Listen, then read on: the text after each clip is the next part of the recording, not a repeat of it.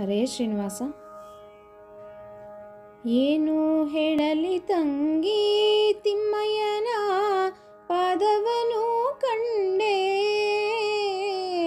ಏನು ಹೇಳಲಿ ತಂಗಿ ತಿಮ್ಮಯ್ಯನ ಪಾದವನು ಕಂಡೆ,